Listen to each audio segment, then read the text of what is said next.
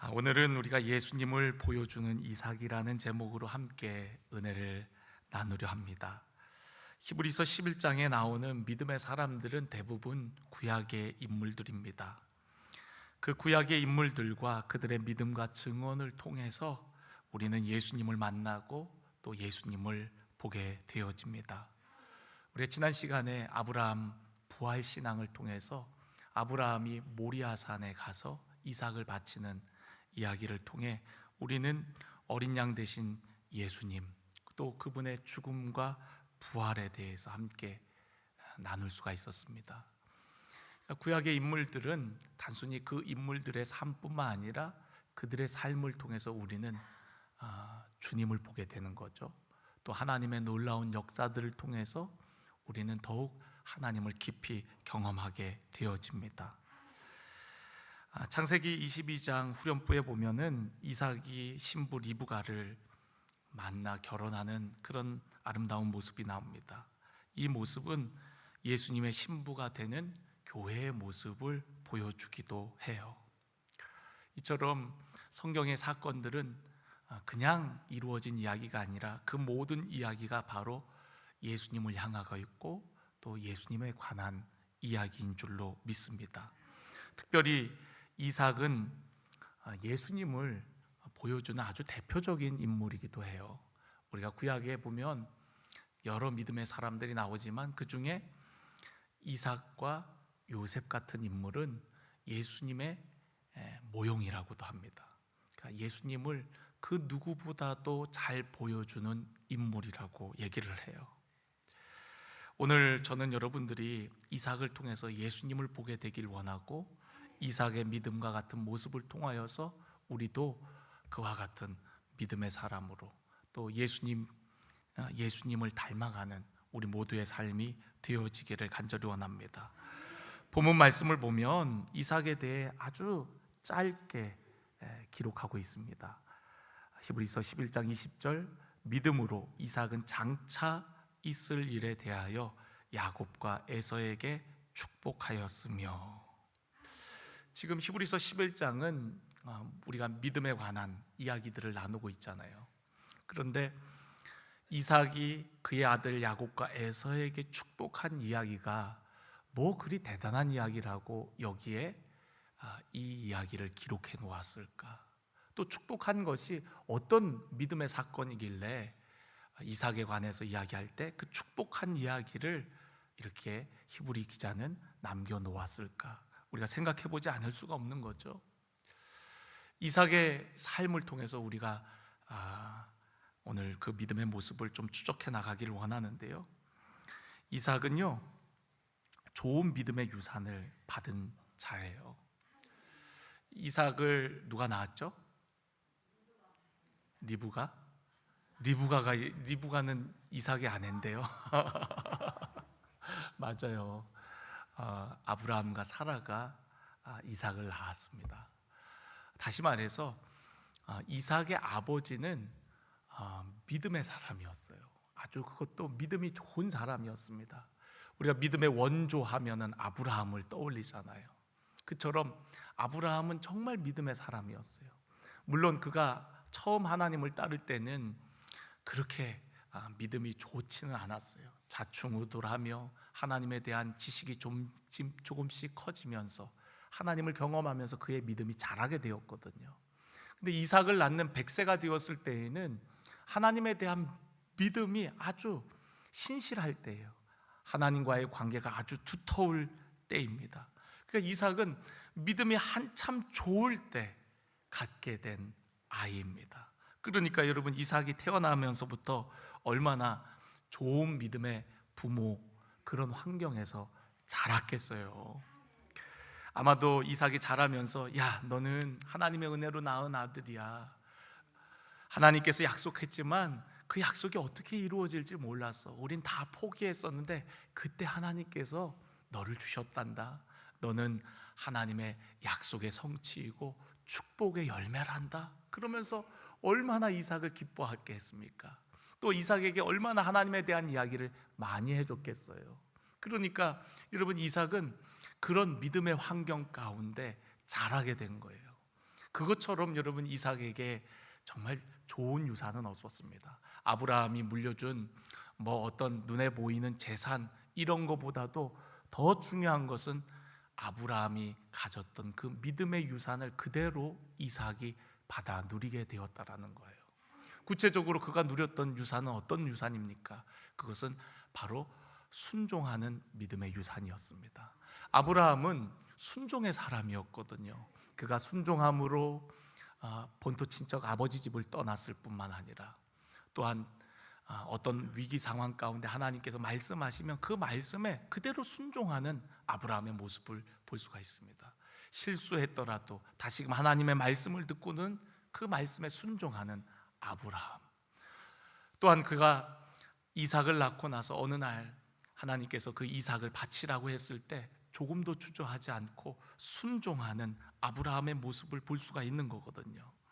하나님께서는 우리 모두를 축복하시지만 순종하는 자에게 복을 주시는 줄로 믿습니다.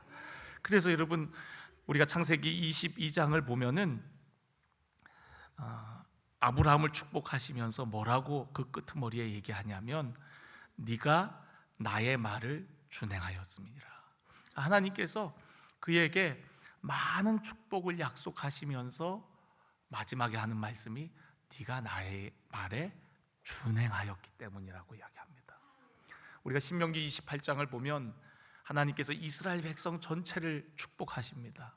근데 거기에 보면은 그 앞머리에 뭐라고 조건이 붙어 있냐면 내가 내 하나님 여호와의 말씀을 순종하면 이 모든 복이 내게 임하며 내게 미치리니라고 얘기하고 있어요. 그러니까 모두를 축복하시지만 그 축복이 누구에게 임하냐면 바로 순종하는 자에게 임하게 된다라고 말씀하고 있는 것입니다. 오늘 저와 여러분이 아브라함처럼 순종하는 삶이 되기를 원합니다. 아브라함의 순종의 모습을 보고 배운 이삭도 역시 하나님의 말씀 앞에 순종의 삶을 통하여 하나님께서 주시는 놀라운 은혜와 축복을 누리게 되어집니다. 오늘 저와 여러분도 그와 같기를 간절히 원합니다. 또 이삭이 누렸던 믿음의 유산은 어떤 것이 있냐면 하나님을 경외하는 모습이었어요. 모리아산에 올라갈 때 누구와 누구가 올라갑니까? 우리가 지난 시간에 보면 두 하인과 같이 모리아산 입구까지 가지만 하인들은 그 산 밑에 내버려 두고 아브라함과 이삭만 올라가게 되어집니다. 그리고 하나님이 말씀하신 대로 아들 이삭을 하나님 앞에 바치려고 할 때에 하나님의 다급한 목소리 아브라함아 아브라함아 부르시면서 하셨던 말씀이 내가 이제야 네가 나를 경외하는 줄 알았노라. 내가 하나님을 경외하는 줄을 아노라 라고 말씀하십니다. 다시 말해서 아브라함의 믿음은 하나님을 경외하는 믿음이었어요. 그 음성을 아브라함만 들었겠습니까? 결박되어 있는 이삭도 들었겠죠. 우리 아버지는 하나님을 경외하는 사람이구나. 하나님도 인정한 하나님을 경외하는 믿음의 사람이라는 것을 이삭은 알았을 거예요. 여러분 하나님을 경외한다는 것이 무엇입니까? 하나님을 가장 귀한 분으로 여기는 거예요.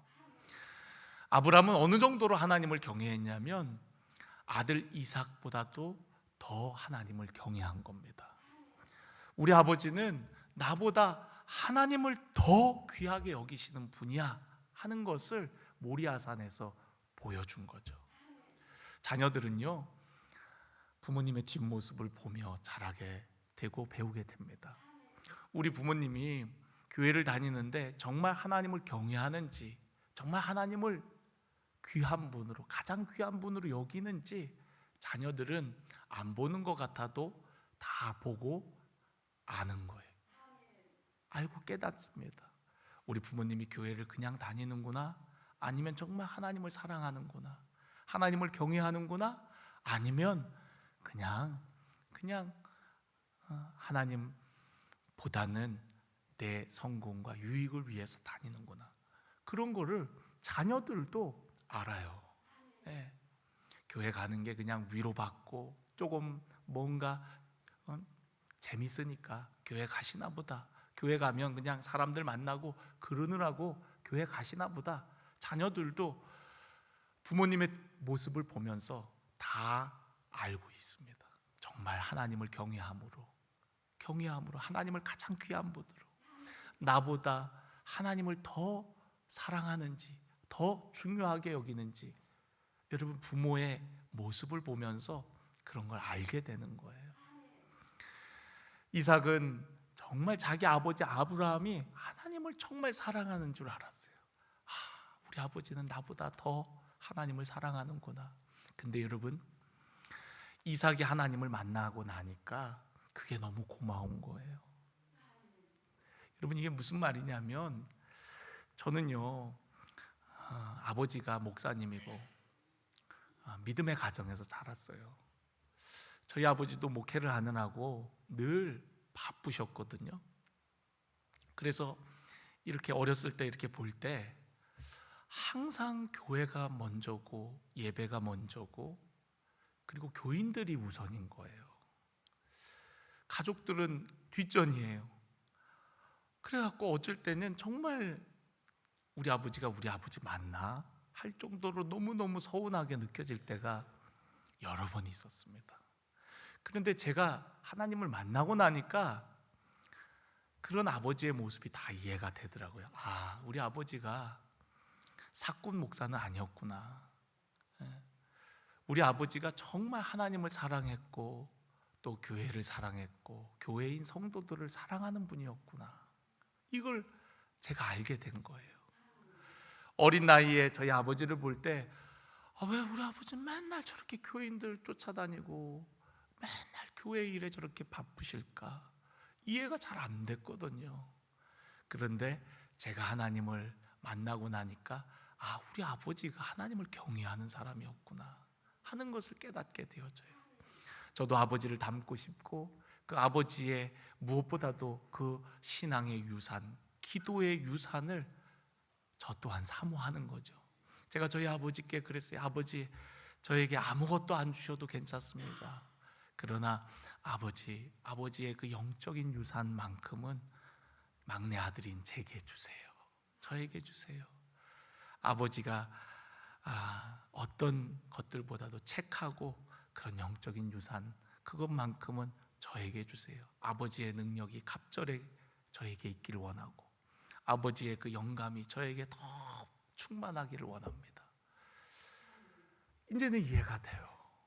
이제는 여러분, 이삭이 아버지 아브라함이 자기를 죽이려고 할 때 이해할 수 있었을까요? 또 자기를 드리라고 하신 그 하나님을 이해할 수 있었을까요? 잘 이해할 수 없었을 거예요. 그런데 이삭도 하나님을 경외하면서 아버지 아브라함의 믿음이 어떤 믿음인지 알게 되는 거죠. 하나님도 인정하신 하나님을 경외하는 믿음이었구나. 할렐루야. 또한 여러분, 이삭이 물려받은 믿음의 유산은요, 하나님을 예배하는 믿음이었어요. 아브라함은 항상 이사를 갈 때마다 그곳에서 여호와의 이름을 부르고 단을 쌓습니다. 예배했다는 거예요.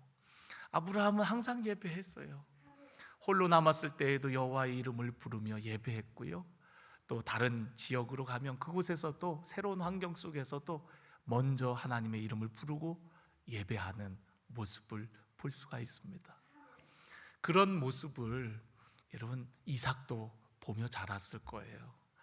그가 믿음이 연약할 때에도 하나님의 이름을 부르고 예배드렸다면 그가 100세가 되었을 때 믿음이 어느 정도 성장하고 성숙했을 때에는 얼마나 하나님 앞에 예배하기를 기뻐하셨겠습니까? 그런 모습을 이삭은 보면서 예배가 중요하구나 하는 것을 알 수가 있었겠죠. 모리아산에 올라갈 때 아버지 아브라함과 둘이 올라갑니다. 이삭이 물어요. 아버지, 나무와 불은 여기 있는데 하나님께 드릴 양은 어디에 있습니까? 라고 물어요.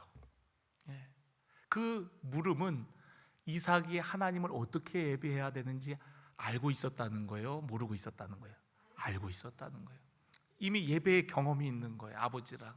아버지, 평소에는 우리가 불과 나무뿐만 아니라 제물도 같이 준비했는데, 아니 지금 하나님 앞에 예배하자고 하시면서 어째 제물이 없습니까? 어린 양이 없습니까? 제물은 누구였어요? 이삭이었잖아요. 그러니까 없는데 네가 바로 제물이다 이렇게 얘기할 수 없어서 아브라함이 뭐라고 둘러댑니까? 하나님께서 친히 자기를 위하여 준비하시리라 이렇게 말씀하십니다. 여러분, 그런데 그렇게 말한 대로 되지 않습니까? 하나님께서는 숲을 속에 양을 숨겨 놓으셨다가 그 양을 대신하여, 이삭을 대신하여 번제로 받으시게 되어집니다. 이처럼 여러분, 이삭은 어려서부터 아버지 아브라함과 예배하는 삶을 살았던 거예요. 예배를 배웠던 겁니다. 여러분, 자녀들에게 예배를 귀하게 여기는 모습을 보여주세요. 예배에 목숨을 거는 모습을 보여주십시오. 예배에 목말라하고 갈급해하고 예배를 통해서 우리 영혼이 산다는 것을 보여주십시오. 예배가 얼마나 중요한지를, 예배에 성공하면 그의 인생이 얼마나 복된 인생이 되는지를 아이들에게 보여주는 우리 성도 여러분들이 되어지기를 간절히 축원합니다. 제가 자녀를 낳고서 지금까지 줄곧 늘 기도하는 한 가지 기도 제목이 있습니다. 물론 때로는 자녀를 위해서 건강을 위해서도 기도하고 또 공부도 잘할 수 있도록 지혜를 달라고 간구할 때도 있지만, 그런 건 부수적인 기도이고요.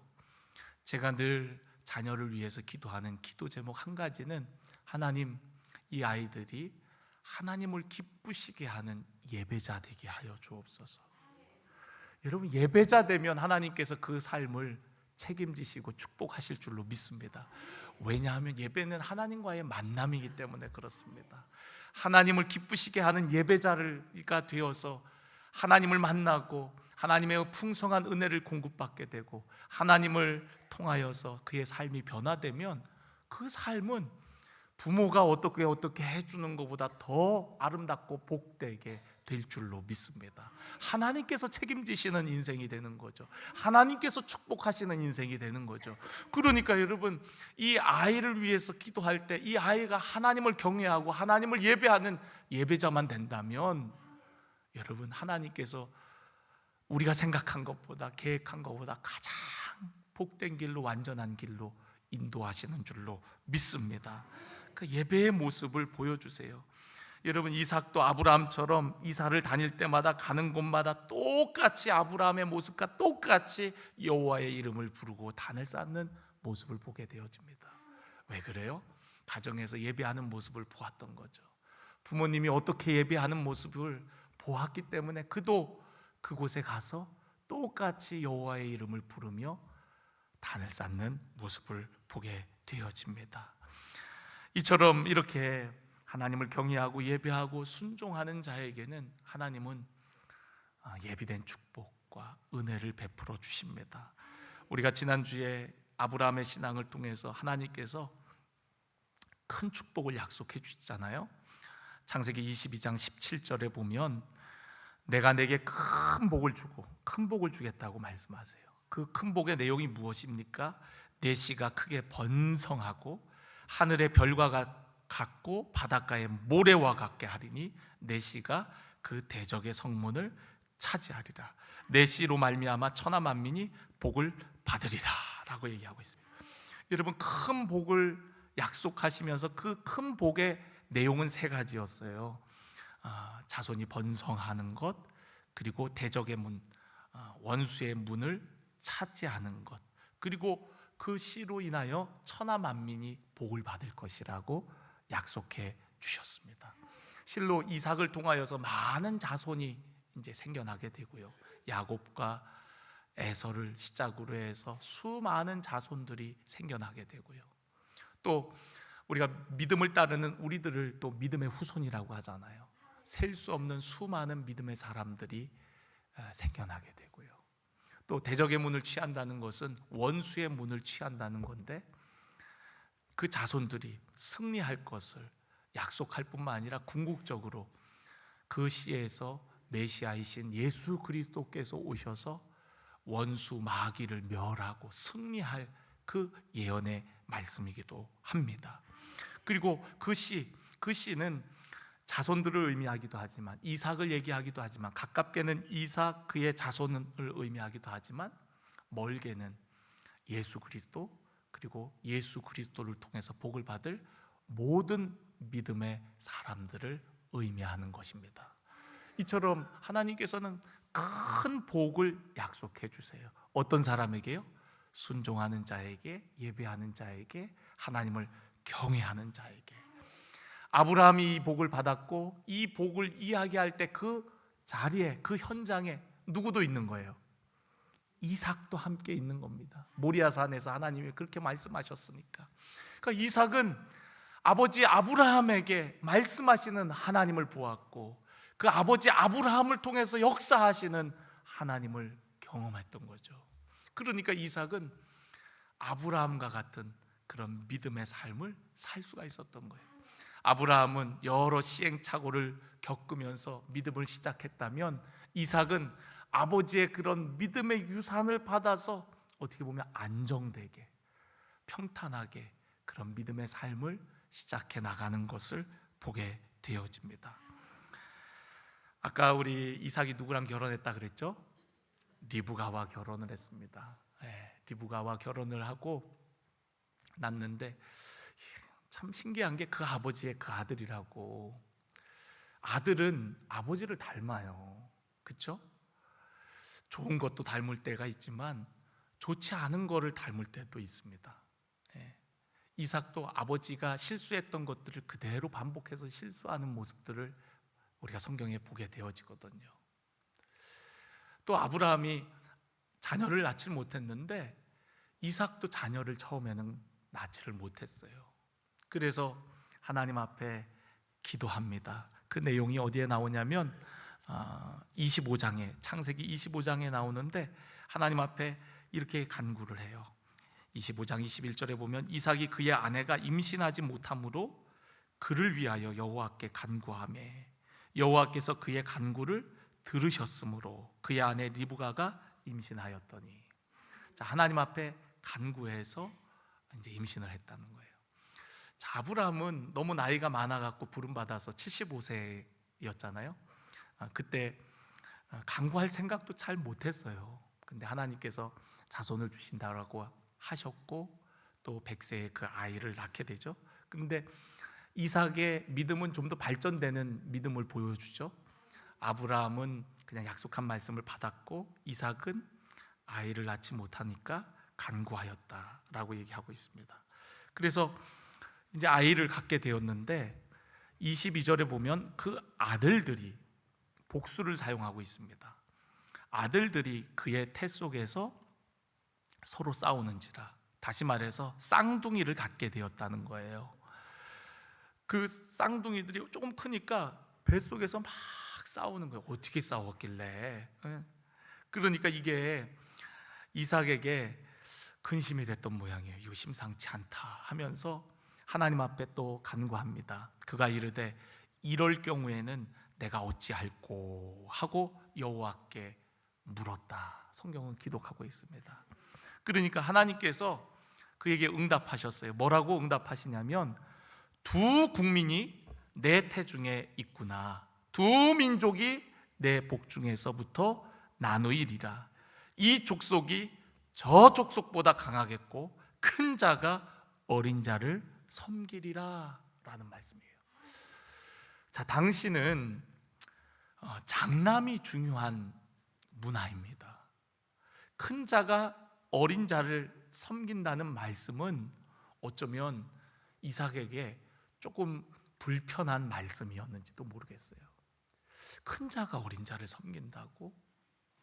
형이 동생을 섬긴다고? 장남이 아우를 섬긴다고? 하나님이 뜬금없이 이런 응답을 하셨을 때 그 응답의 의미를 잘 이해하지 못하고 또 어쩌면 그 응답의 말씀을 생각하면 생각할수록 불편했을지도 모르겠습니다. 저희 집도 좀 옛날 집안이에요. 그래서 저희 아버지가 맨날 장남 그래요. 옛날 분이어갖고 저는 막내입니다. 차남인 거죠. 그러니까 근데 성경에 보면은 장남보다 막내나 뭐 차남 이런 사람들이 더 귀하게 쓰임 받는 경우들이 많아요. 예. 우리 차남들이요, 우리 막내들이요, 저희 위로를 받으시길 바랍니다. 근데 저희 아버지도 옛날 분이어갖고 맨날 장남 뭐 그래요, 뭐 우리 세자 뭐 그러면서 저 언제적 얘기를 아직도 유교 사상에 그래갖고 그러거든요. 그래 저희가 이제 아이를 낳는데 아이를 갖기도 전부터 아들부터 낳아야 된다 그러면서 얼마나 그냥 스트레스를 줬나 몰라요. 다행히 그래도 하나님 은혜로 첫째가 아들이 나왔거든요. 그래서 이제 우리는 이제 둘만 낳고 싶어 갖고 둘째는 딸을 낳았으면 좋겠다. 그러고서 이제 기도했더니 하나님이 딸을 주셨어요. 그런데 어떻게 교회를 건축하고 있는데 갑자기 애가 생겼어요. 예, 그게 참 말이 무서운 거예요. 하나님께서 자신을 위해 예비하신다 그랬더니 정말 하나님이 예비하셨던 것처럼 우리가 신방을 하고 오는데 그때 교회 건축 중이었거든요. 그래갖고 오는데 마트 앞에 뭐라고 현수막이 붙어 있냐면 셋째 낳으면 500만 원을 드립니다. 그게 붙어 있더라고요. 우리 지역에서 이제 출산 장려를 위해서 이제 500만 원을 준다는 현수막이 붙어 있길래 야, 우리 셋째를 낳아서라도 우리 헌금합시다 막 그러면서 이제 그런 얘기를 하면서 왔는데 우리가 계획하지 않은 아들이 딱 생겨버린 거예요. 그래갖고 걔 태명은 건축이에요. 건축하다 생겨갖고 그래갖고 이왕 생긴 거 그럼 하나님 저희가 아들, 딸이면 좋겠습니다. 요즘엔 딸이 잘하잖아요. 그러니까 딸을 낳았으면 좋겠어서 딸을 위해서 간구하고 있었어요. 하나님 셋째는 딸을 주시옵소서 그러면서 기도하고 있는데 저희 아버지가 전화할 때마다 야 아들 낳아야 된다, 아들 낳아야 된다. 저희 아버지가 엄청 옛날 분이거든요. 그러니까 아들 막 그러면서 하도 그러길래 그럼 아들 낳는 게 더 난가 싶어갖고 기도를 바꿨거든요. 뒤늦게 기도를 바꿨더니 정말 하나님께서 급하게 뭘 하나 붙여갖고 내보내셨어요. 그래갖고 우리 이거 어디 가서 얘기하면 안 되는데 미성년자 없죠? 그래갖고 셋째는 작아요. 뭐가 작은지는 여러분 상상에 맡기겠습니다. 급하게 하나님이 만드시느라고 그렇게 해갖고 우리 셋째는 그렇게 해갖고 이제 나오게 된 거예요. 참 그 정도로 이 남자 장남 저희 집도 그렇습니다. 그런데 여러분 수천 년 전에 이 고대 근동 사회는 뭐 말할 것도 없거든요. 당연히 장남이죠. 당연히 남자죠. 옛날 우리도 다 장남에게 재산 물려줬지 뭐 그 밑에 동생들에게 뭐 줬습니까? 저도 뭐 쥐꼬리만큼 주고 그랬잖아요. 그러니까 장남이 중요한데 큰 자가 어린 자를 섬긴다는 이 말씀이 이삭에게는 조금은 불편한 거예요. 받아들이기가 쉽지 않은 말씀입니다. 또 애를 놓고 보니까 장남이 내 스타일이야. 장남인 에서는 아주 남성다운 매력이 있고 말이죠. 아버지가 뭘 좋아하는지 알아. 그래갖고 아버지 좋아하는 그런 사냥을 하면은 그거를 또 아버지 입맛에 잘 만들어 갖고 와갖고 아버지를 기쁘게 해주는 거예요. 그러니까 에서가 얼마나 사랑스러운지 아버지 이삭은 에서를 막 편애하는 거예요. 아주 막 노골적으로 에서만 더 좋아하는 거예요. 그러니까 리브가는 상대적으로 야곱을 이렇게 챙길 수밖에 없었던 거죠. 어느 날 이제 이삭이 눈이 어두워져 갖고 앞도 잘 안 보이고 기력이 쇠해 가는데 아무래도 내가 더 늦기 전에 아들을 축복해야겠다 생각하고 에서를 부르게 됩니다. 여러분 아들들을 축복하려면 아들도 둘밖에 없는데 둘을 다 불러갖고 얘기해야 되잖아요. 근데 야곱은 부르지 않아요. 그리고 에서만 불러서 장남만 불러갖고 야 내가 이제 너를 축복할 때니까 넌 나가갖고 사냥하여서 별미를 만들어 와라. 그러면 내가 그걸 먹고 마음껏 너를 위해서 축복할 테니 가져와라. 그랬어요. 근데 그 얘기를 에서만 들었어야 되는데 누가 들었어요? 네, 아내인 리브가가 그 얘기를 들었습니다. 그리고 리브가도 하나님이 약속하신 말씀을 알고 있었거든요. 여러분, 로마서에 보면은, 로마서 9장에 보면은 이 이삭 가정의 이야기를 할 때에 이런 기록이 있어요. 사도 바울이 기록한 로마서 9장 10절에 보면, 또한 리브가가 우리 조상 이삭 한 사람으로 말미암아 임신하였는데 그 자식들이 아직 나지도 아니하고 무슨 선이나 악을 행하지 아니한 때에 택하심을 따라 되는 하나님의 뜻이 행위로 말미암지 않고 오직 부르시는 이로 말미암아 서게 하려 하사 리브가에게 이르시되 큰 자가 어린 자를 섬기리라 하셨나니 기록된 바 내가 야곱은 사랑하고 에서는 미워하였다 하심과 같으니라. 여러분, 로마서에는 리브가에게 말씀하셨다라고 얘기를 해요. 그 얘기는 기도는 이삭이 했지만 응답은 그 가정에게 임하였다라는 거예요. 큰 자가 작은 자를 섬기리라는 그 약속의 말씀을 이삭뿐만 아니라 누구도 알고 있었다? 리브가도 알고 있었다.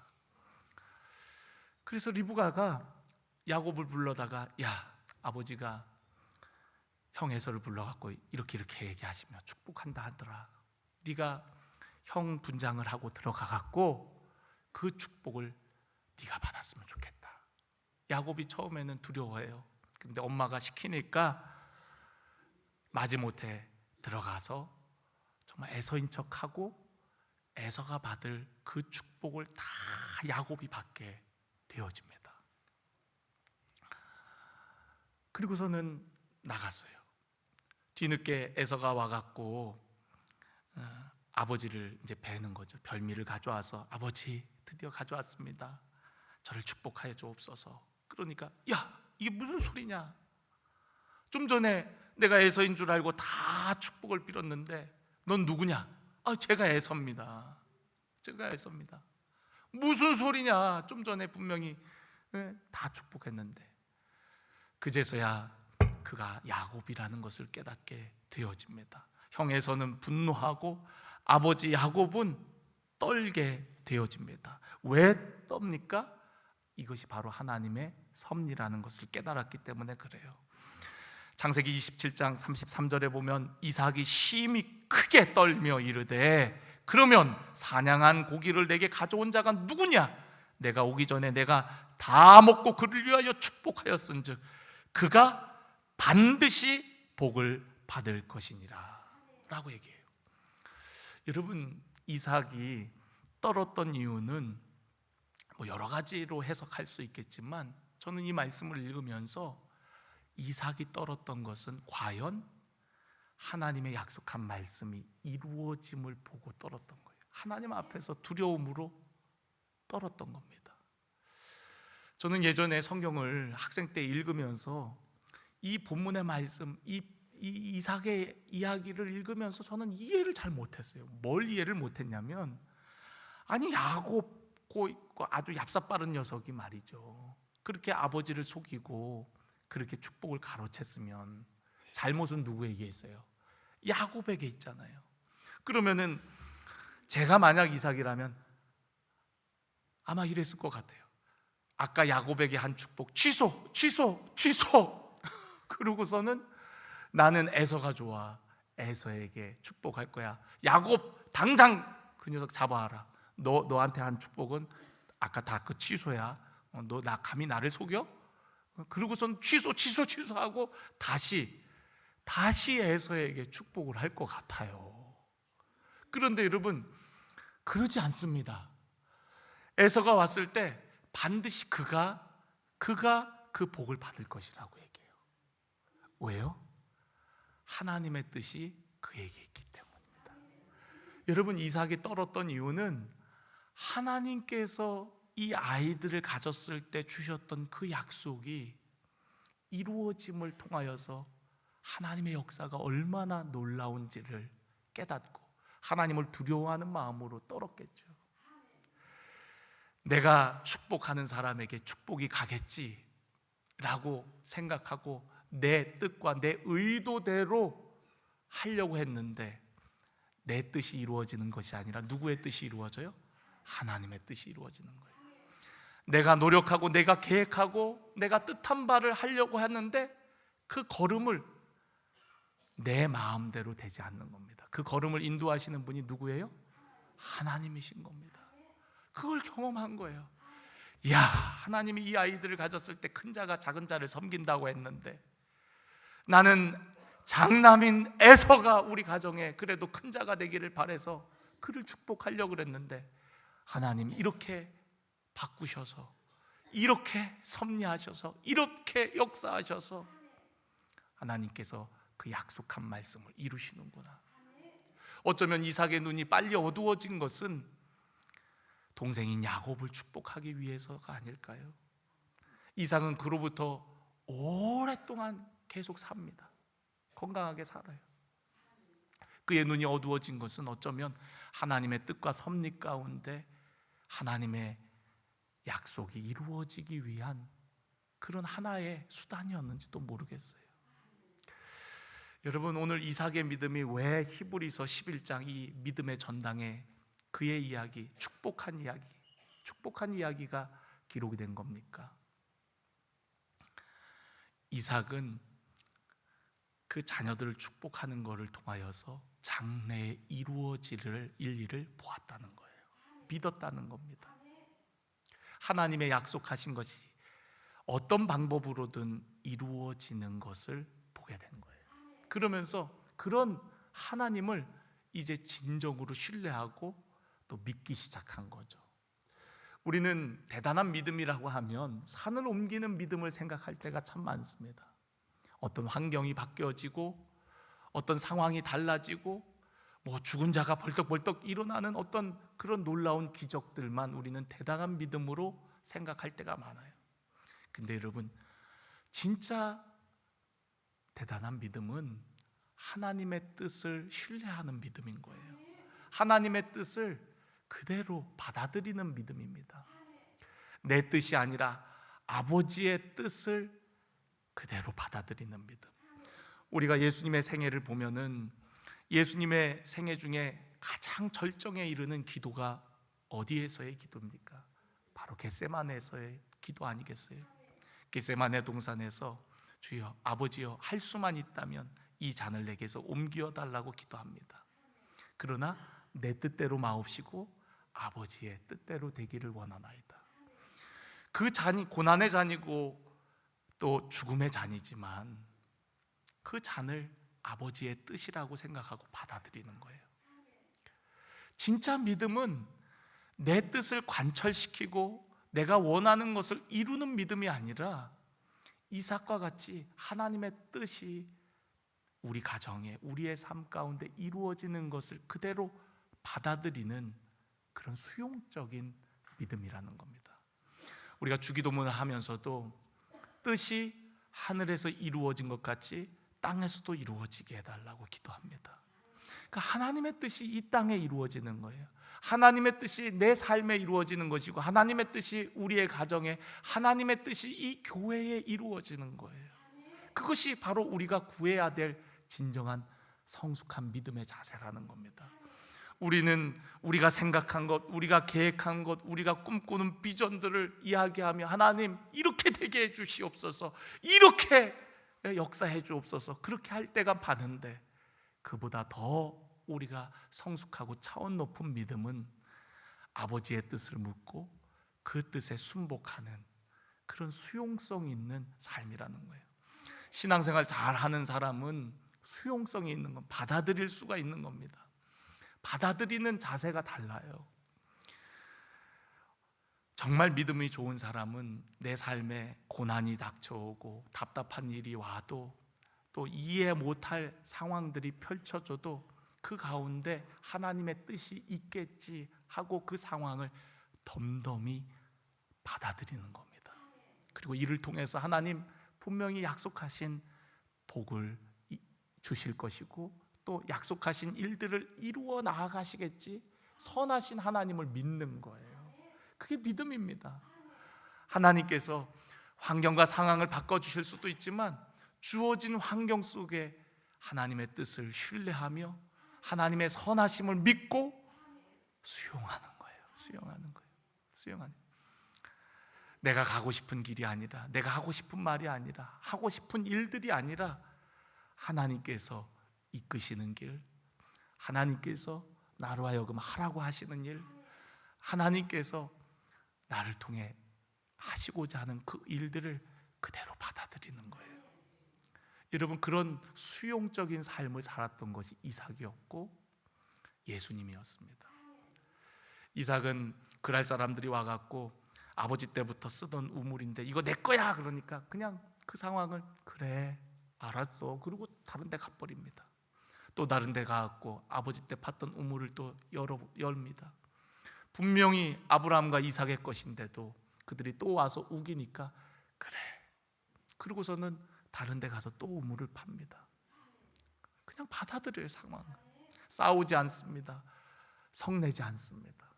여러분, 예수님이 그러셨잖아요. 예수님은 하늘과 땅의 모든 권세를 가지신 분입니다. 12영도 더 되는 군사를, 천사들을 보낼 수 있는, 동원할 수 있는 만왕의 왕이시거든요. 그런데 저들이 검과 뭉치로 잡으러 왔을 때 그냥 순순히 그냥 그래 나다 그러고서는 끌려가십니다. 받아들이세요. 그냥 수용하세요. 여러분, 예수님이 얼마나 수동적인 삶을 사셨는지 몰라요. 예수님은 이스라엘의 잃어버린 자를 위해 보냄을 받았다 그래서 이스라엘을 잘 떠나질 않으셨어요. 이삭도 그렇습니다. 이삭도 평생을 가나안 땅을 벗어나지 않았습니다. 예수님은 가고 싶은데 하고 싶은 거 그렇게 살지 않았어요. 예수님의 삶을 보면은 예수님은 아버지께서 말씀하신 것만 말했습니다.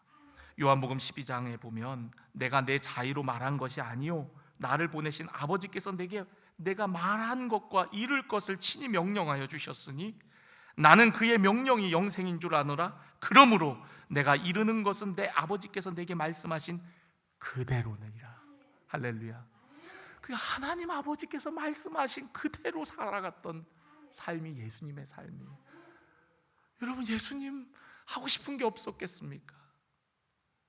그런데 예수님은 아버지께서 말씀하신 그대로 말하고 아버지께서 말씀하신 것을 이루기 위해서 묵묵히 수동적인, 수용적인 그런 삶을 사셨던 예수님. 그 삶이 바로 믿음의 삶이었고 이삭이 우리에게 보여준 차원 높은 성숙한 믿음의 삶인 줄로 믿습니다. 저는 오늘 여러분들이 어떤 대단한 믿음 그런 모습이 아니라 내 뜻을 내려놓고 하나님의 뜻에 순복할 수 있는 믿음의 사람들이 되기를 원합니다. 신앙생활은 그런 것 같아요. 늘 내 뜻과 하나님의 뜻이 충돌하고 갈등하고 고민하는 그런 사이에 우리가 있는 것 같아요. 근데 그때마다 아버지의 뜻이 이루어지기를 원합니다. 내 뜻이 아니라, 내 꿈이 아니라, 내 생각이 아니라 아버지의 생각, 아버지의 뜻, 아버지의 계획을 따라 나아가는 우리 사랑하는 성도 여러분들이 되어지기를 간절히 축원합니다.